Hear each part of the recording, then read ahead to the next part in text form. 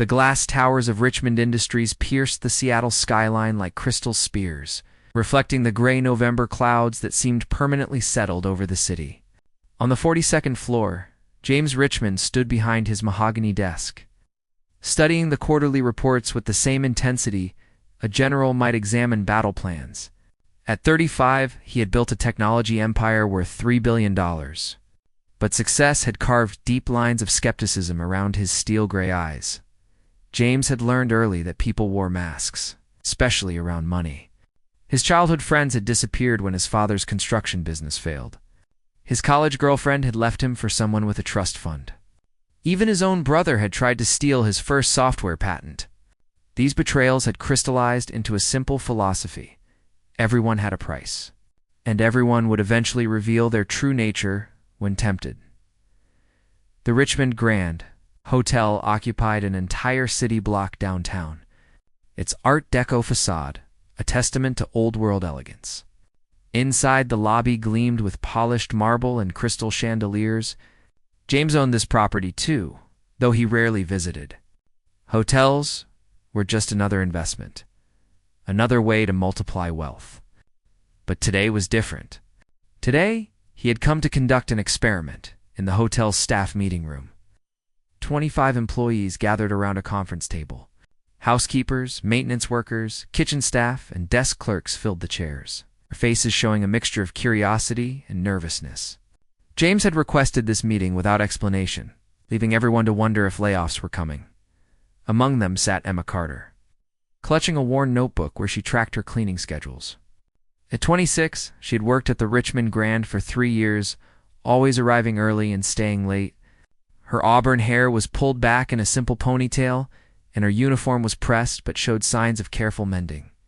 Dark circles under her hazel eyes spoke of long nights, caring for her sick mother, and working a second job at a diner. James entered the room wearing a charcoal suit that probably cost more than most of the employees made in a month. He carried a black leather briefcase and set it on the table with a deliberate thud that made everyone straighten in their chairs.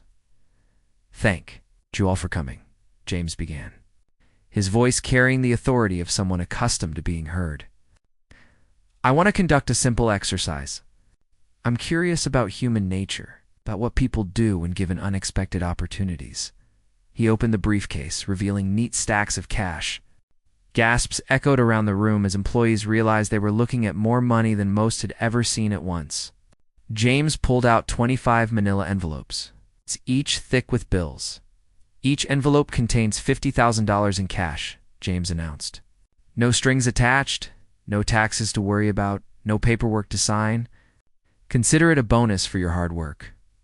The room erupted in whispers and excited murmurs. Some employees leaned forward eagerly, others sat back in disbelief. A few looked suspicious, wondering what catch awaited them. Emma stared at the envelope placed before her, her hands trembling slightly. $50,000 could pay for her mother's cancer treatments, cover her younger brother's college tuition, and maybe even help her finish her own nursing degree. "It seemed too good to be true. There's only one condition," James continued, raising his hand for silence. "I want to see what you do with this money over the next 2 weeks. Spend it however you choose. Buy whatever you want. Live however you dream of living. After 2 weeks, we'll meet again, and you can tell me about your experiences." Margaret, a veteran housekeeper with gray hair and a skeptical expression, raised her hand. "What's the real reason you're doing this, Mr. Richmond? This feels like some kind of test." James smiled, but it didn't reach his eyes. "Maybe it is a test. Maybe I'm just curious. Does it matter? The money is real, and it's yours." One by one, employees took their envelopes. Some ripped them open immediately to verify the contents. Others held them carefully, as if the envelopes might evaporate. The maintenance supervisor, Roberto, pulled out a bill and held it up to the light. Checking for authenticity. Emma was the last to take her envelope. She held it gently, feeling its weight. "Mr. Richmond," she said quietly, "are you sure about this?" "It's an incredible amount of money, I'm sure," James replied, watching her reaction carefully. "What will you do with it?" Emma looked down at the envelope, then back at James. "I need to think about it." This is more money than my family has ever seen. I want to make sure I use it wisely." James found her response intriguing. While others were already making excited plans for new cars and vacations, Emma showed caution and consideration. It was either genuine humility or a very clever act. As the meeting broke up, James lingered, observing the interactions. He watched Tommy from maintenance call his wife excitedly about a new truck. He saw Sandra from housekeeping already shopping online for designer purses on her phone. The reactions were predictably human, driven by immediate desires and long-suppressed wants. But Emma remained seated, still holding her unopened envelope. She seemed lost in thought, her finger tracing the edges of the manila paper. "Having second thoughts?" James asked, approaching her chair. Emma looked up, startled. "No, sir. Just thinking about responsibility. This money could change everything for my family, but I want to make sure I change things in the right way." "And what would be the right way?" Emma smiled softly. "I'm not sure yet, but I know it's not just about what I want. It's about what's needed most."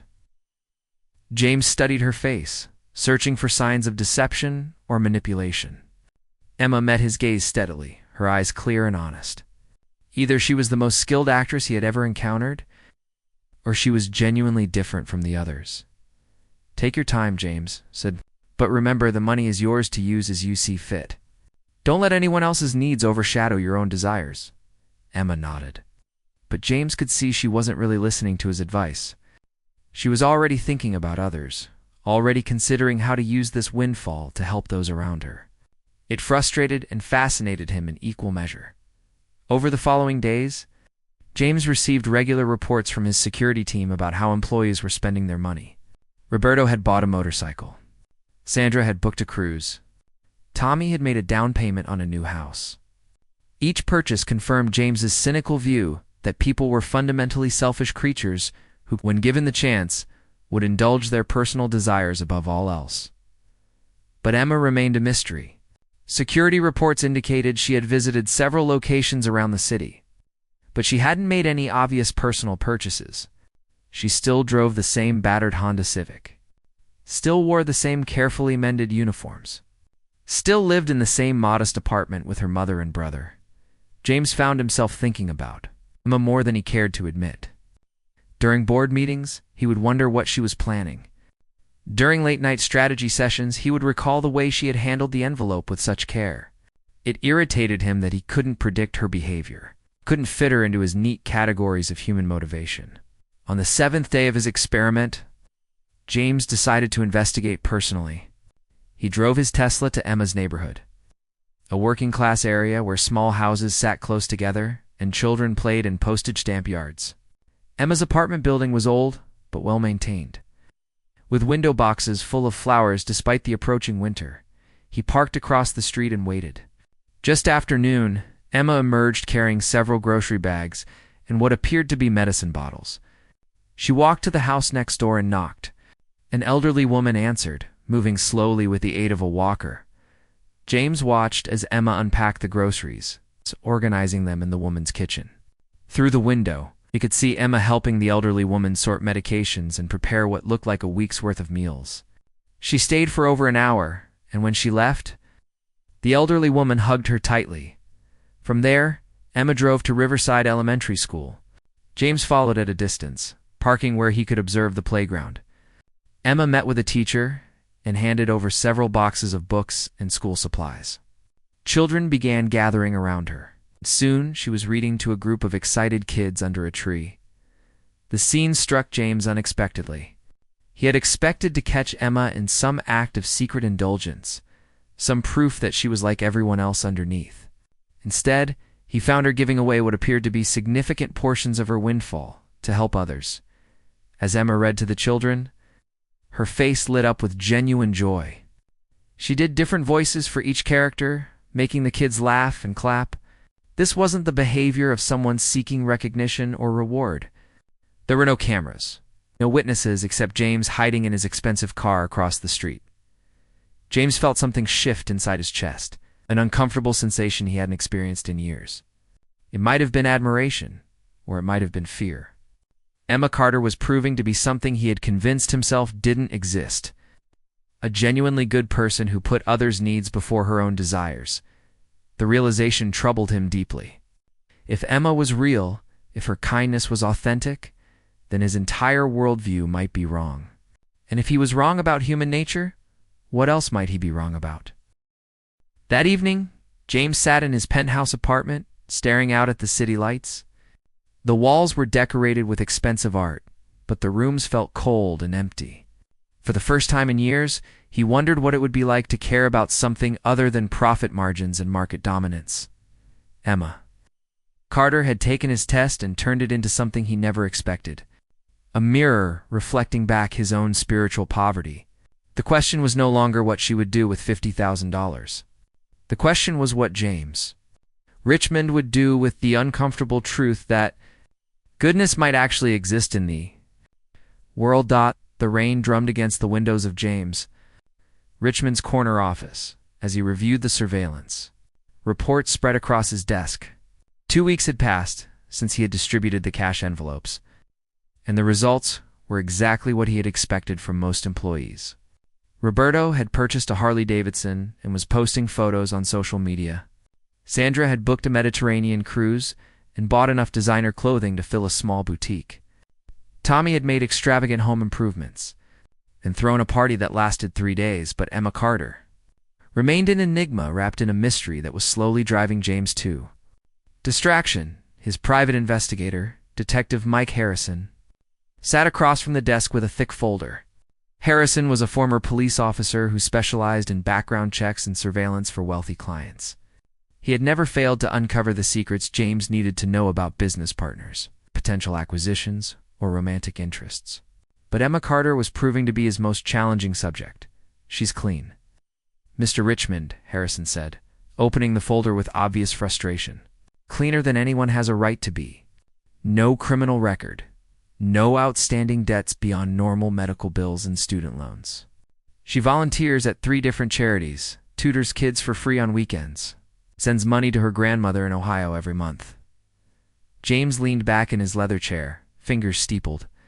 Everyone has secrets, Harrison. Everyone has something they're hiding. What about her family situation? Mother has stage 3 breast cancer. Emma drives her to chemotherapy appointments twice a week and works double. Shifts to pay for medications insurance won't cover. Younger brother Nathan is studying computer science at Seattle University on partial scholarship. Kid's brilliant, but they're struggling to cover the remaining tuition, and she hasn't used any of the money for these expenses. Harrison shook his head. Not a penny for herself or her family. But here's where it gets interesting. He pulled out a series of photographs. She's been busy, but not in ways you might expect. The first photo showed Emma at Seattle Children's Hospital, carrying boxes of toys and books. The second captured her at a homeless shelter, serving meals and distributing warm clothing. A third showed her at an animal rescue center, writing a check that Harrison's telephoto lens had captured in sharp detail. 15,000 to the Children's Hospital for a new play therapy room, Harrison continued. 10,000 to the homeless shelter for winter supplies. 8,000 to the animal rescue. 5,000 to her old elementary school for new computers. She's also paying for groceries and utilities for at least 6 families in her neighborhood. James studied the photographs, his jaw tightening. Each image showed Emma smiling genuinely, interacting with children, elderly people, and families with the kind of natural warmth that couldn't be faked. In one photo, she was hugging a little girl who appeared to be a cancer patient. The joy on both their faces was unmistakable. There has to be more, James insisted. Maybe she's building some kind of public image for a future political campaign.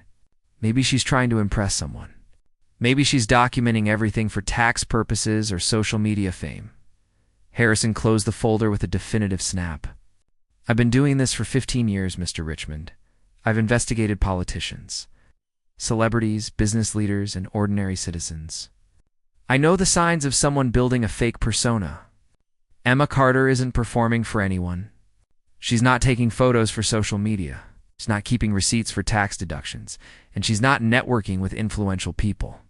She's just helping because that's who she is. The words hit James like a physical blow. He had built his entire adult life around the assumption that genuine altruism was a myth, that everyone ultimately acted out of self-interest. Emma's behavior challenged the very foundation of his worldview. "I want to see for myself," James declared. Standing abruptly, set up surveillance at her next known location. That evening, James found himself sitting in a rental car outside the Sunrise Senior Center in Emma's neighborhood. Through the community room windows, he could see elderly residents gathered in a circle, some in wheelchairs, others using walkers. Emma sat among them, not leading or directing, but simply listening as an old man told stories about his experiences in Vietnam. James had expected to find her in the spotlight, basking in gratitude and admiration. Instead, she was barely visible among the residents, her attention completely focused on their stories. When an elderly woman dropped her knitting, Emma quietly picked it up without interrupting the storyteller. When another resident needed help reaching his coffee cup, Emma assisted discreetly. As the evening progressed, James watched Emma help serve dinner, clean up afterwards, and spend individual time with residents who seemed lonely or forgotten. She played checkers with a man whose hands shook with Parkinson's disease, patiently waiting for him to make his moves. She listened to a woman with dementia repeat the same story about her deceased husband 3 times. Responding with the same gentle interest each time, there were no cameras recording Emma's kindness, no reporters documenting her generosity. The only witness was James, hidden in his car across the street. Feeling increasingly uncomfortable with what he was seeing, when Emma finally left the center at nearly 10 o'clock, several residents came to the door to wave goodbye. An elderly woman in a wheelchair reached up to hug Emma, holding on for a long moment. James could see tears on the woman's cheeks, and Emma wiped them away gently before kissing the top of her head. The simple gesture broke something loose in James's chest. He remembered his own grandmother, who had died alone in a nursing home while he was building his first company. He had been too busy, too focused on success to visit her in her final months. The regret had been buried under years of justification and ambition. But watching Emma's tenderness brought it rushing back. James followed Emma to her next stop, a rundown apartment building where several families lived in poverty. Emma carried bags of groceries and children's clothing up 3 flights of stairs, distributing them to different apartments. In each home, she was greeted like family. Children ran to hug her. Mothers smiled with relief, and fathers who worked multiple jobs to make ends meet shook her hand with genuine gratitude. At the last apartment, Emma knelt down to help a little boy with his homework. James could see them through the window, Emma patiently explaining math problems, while the boy's tired mother prepared a simple dinner. The scene was so ordinary, so human, that James felt like an intruder just watching it.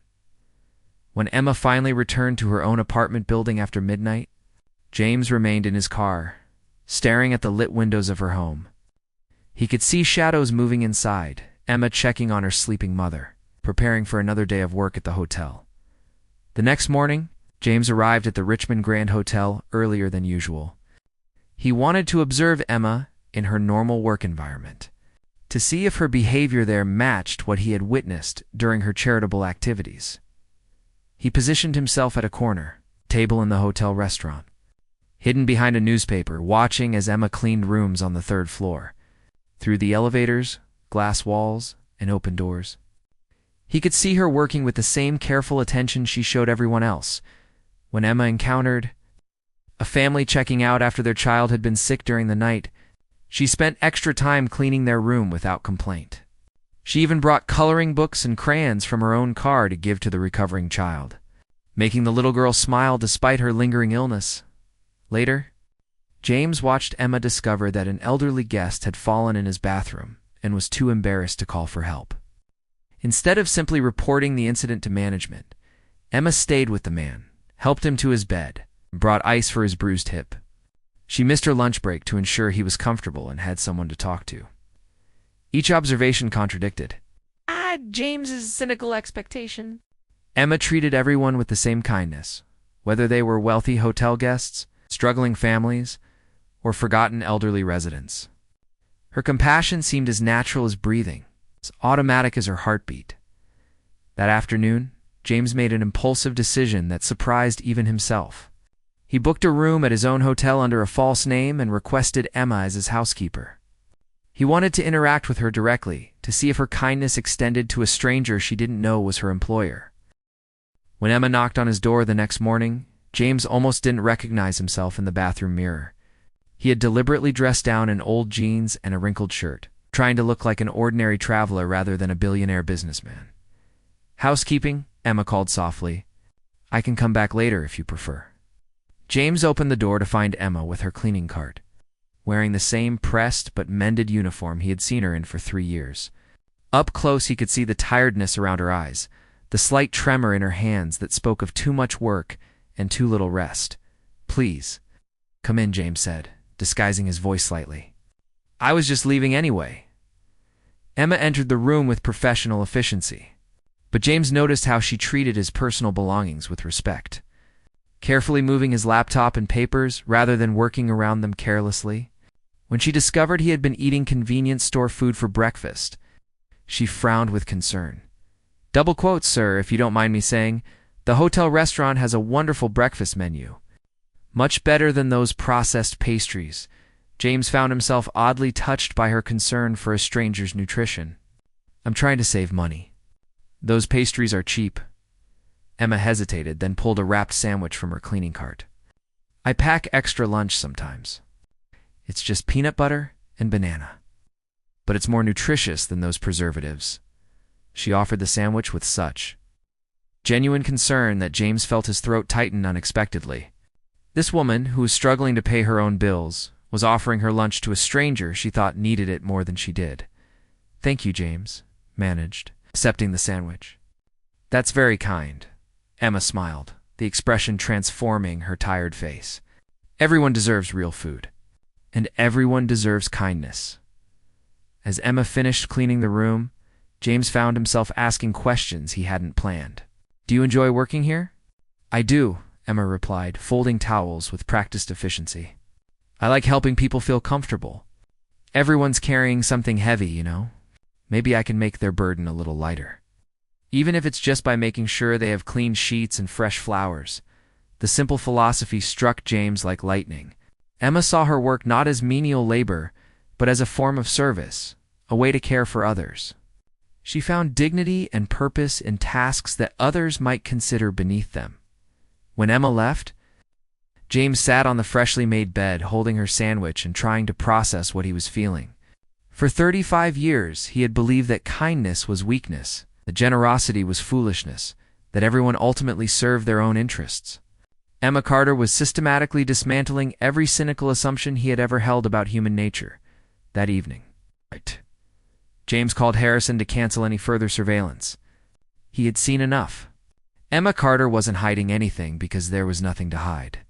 She was exactly what she appeared to be, a woman who chose compassion over self-interest, service over personal gain, love over fear. The realization terrified him. If Emma was real, if her goodness was authentic, then James had to confront an uncomfortable truth about himself. He had chosen cynicism not because it was accurate, but because it was safe.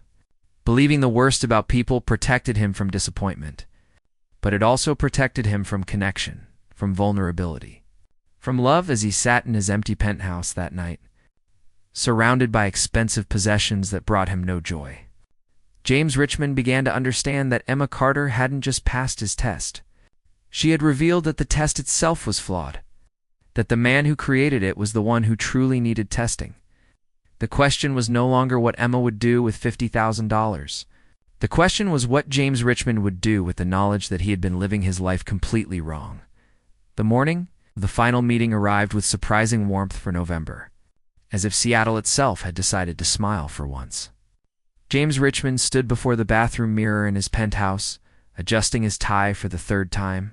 His hands were shaking slightly, something that hadn't happened since his first major business presentation 15 years ago. Today was different from any meeting he had ever conducted. Today, he would face Emma Carter knowing that she had fundamentally changed how he saw the world and himself. The hotel conference room buzzed with excited chatter as employees filed in carrying shopping bags, car keys to new vehicles, and photos on their phones. The transformation was immediately apparent. Roberto wore a leather jacket that probably cost more than his previous monthly salary.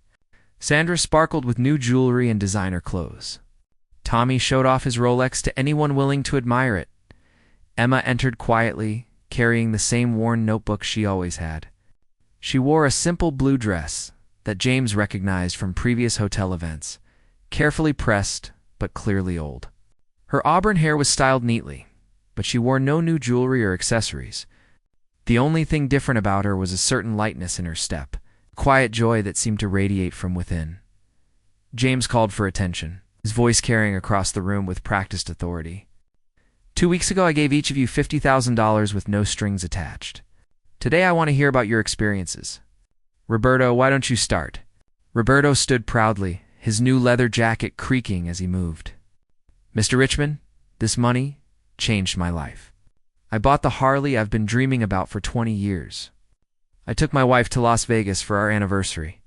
We stayed in a penthouse suite and saw shows I never thought I could afford. For the first time in my life, I felt rich.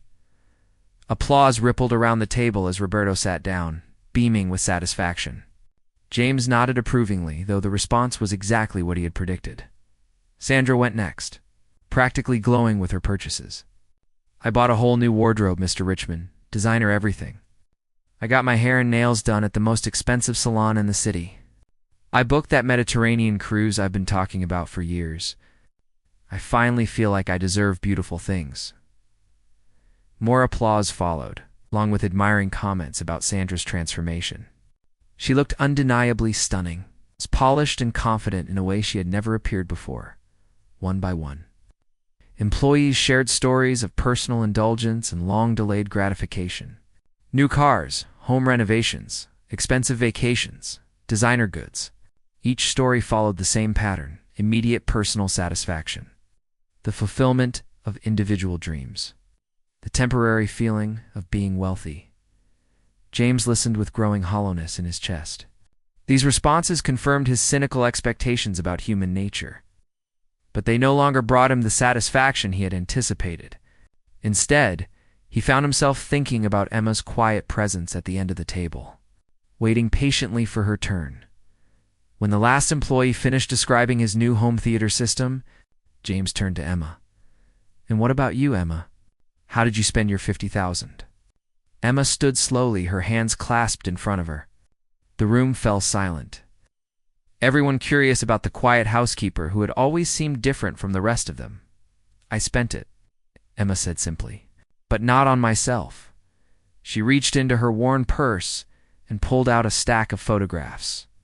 Placing them gently on the table, "I gave $15,000 to Seattle Children's Hospital.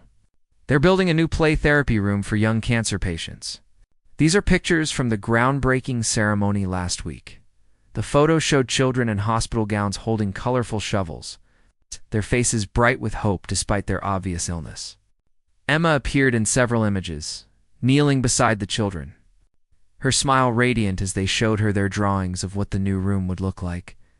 10,000 went to the Sunrise Senior Center in my neighborhood," Emma continued, placing more photos on the table. "They needed new wheelchairs and medical equipment. These pictures show some of the residents using their new mobility aids for the first time in months." James stared at an image of an elderly man taking his first steps with a new walker, tears of joy streaming down his weathered face. Emma stood beside him, one hand gently supporting his elbow, her expression filled with genuine celebration of his progress. 8,000 helped the downtown animal rescue expand their facilities, Emma said, her voice growing stronger. They were turning away animals because they didn't have space. Now they can save 40 more dogs and cats every month. The photos showed Emma surrounded by rescued animals, puppies climbing over her lap while she laughed, cats rubbing against her arms as she helped build new kennels. 5,000 bought new computers for Riverside Elementary School, where I volunteer as a reading tutor.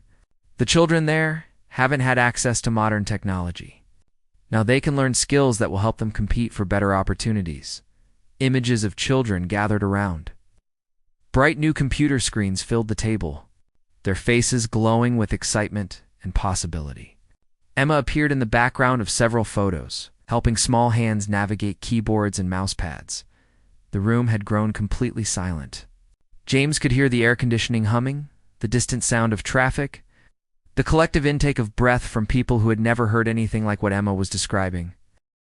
The remaining 12,000, Emma said softly, went to families in my neighborhood who were facing eviction, medical bankruptcies, or couldn't afford winter heating bills. I didn't take pictures of that because people deserve privacy in their struggles. Emma sat down quietly, folding her hands in her lap.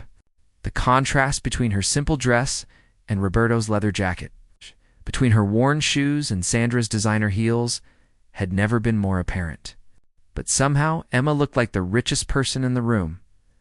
The silence stretched until it became uncomfortable. Finally, Roberto cleared his throat. You didn't keep any of it for yourself? Not even a little? Emma shook her head. I don't need new things. I need to know that I used this incredible gift to help people who were suffering. Every dollar I spent brought me more joy than anything I could have bought for myself. James felt something breaking apart inside his chest, like ice cracking under warm spring sun. For weeks he had been trying to understand Emma's motivations, to find the selfish angle hidden beneath her generosity. But listening to her speak, seeing the evidence of her choices spread across the conference table, he finally understood the truth. Emma Carter was exactly what she appeared to be, a woman who found her deepest satisfaction in serving others, whose happiness came from alleviating suffering rather than accumulating possessions. She wasn't performing kindness for an audience or building a reputation for future gain. She simply believed that love was more valuable than money, that connection was more precious than comfort.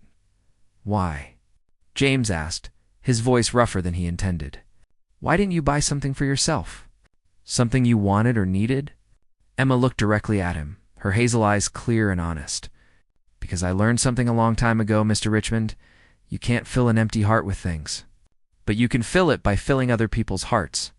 The joy I saw in those children's faces, the relief in those families' eyes, the hope in those elderly residents' smiles, that's worth more than anything I could have bought.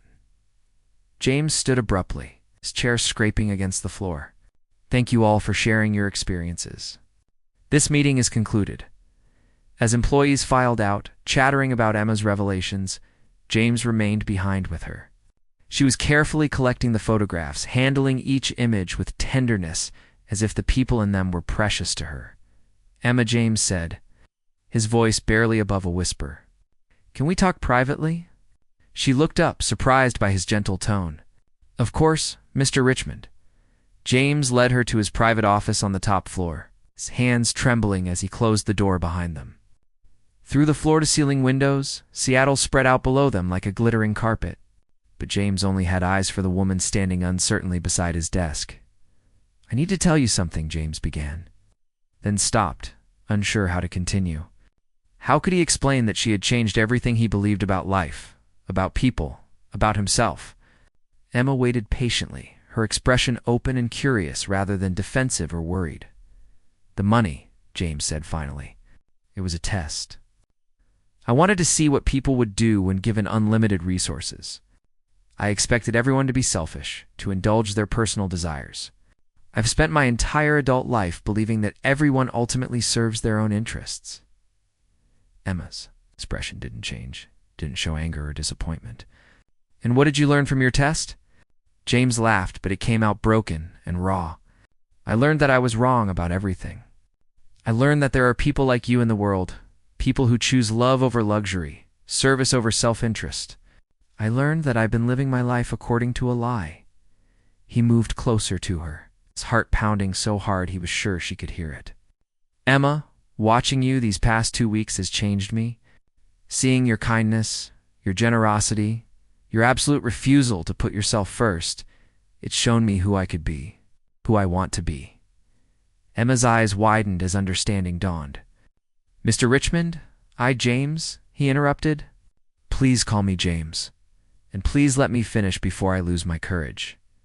He took her hands in his, marveling at how small and strong they were.